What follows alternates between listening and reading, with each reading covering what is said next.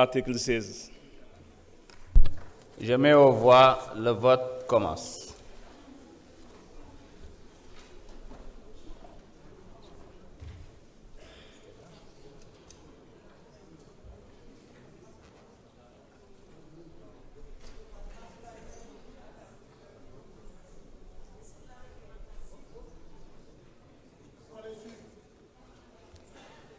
C'est le titre premier, disposition générale.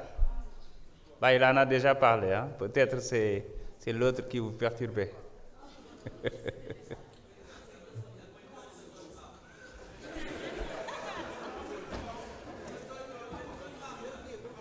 Balma.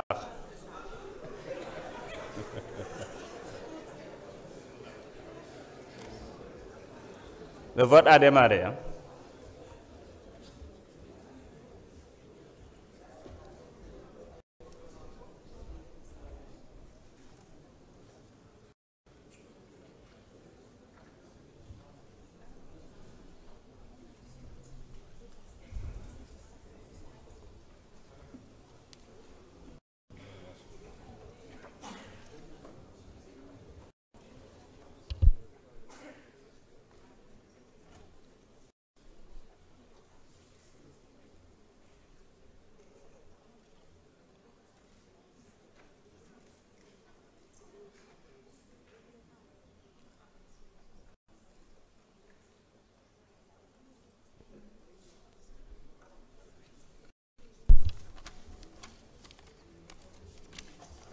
Les députés ont pu voter.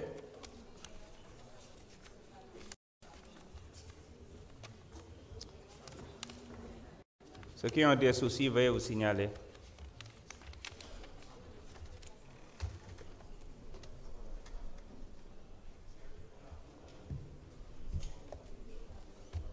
Aline Dieye, je vois que vous avez bien voté, hein?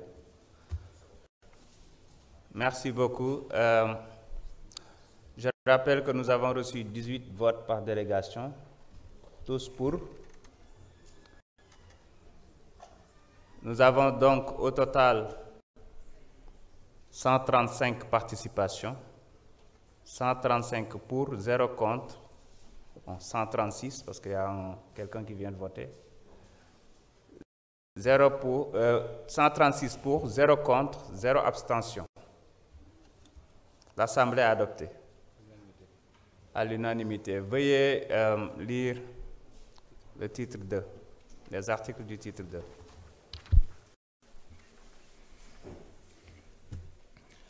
Titre 2. Opération bancaire, de l'article 17 à l'article 30.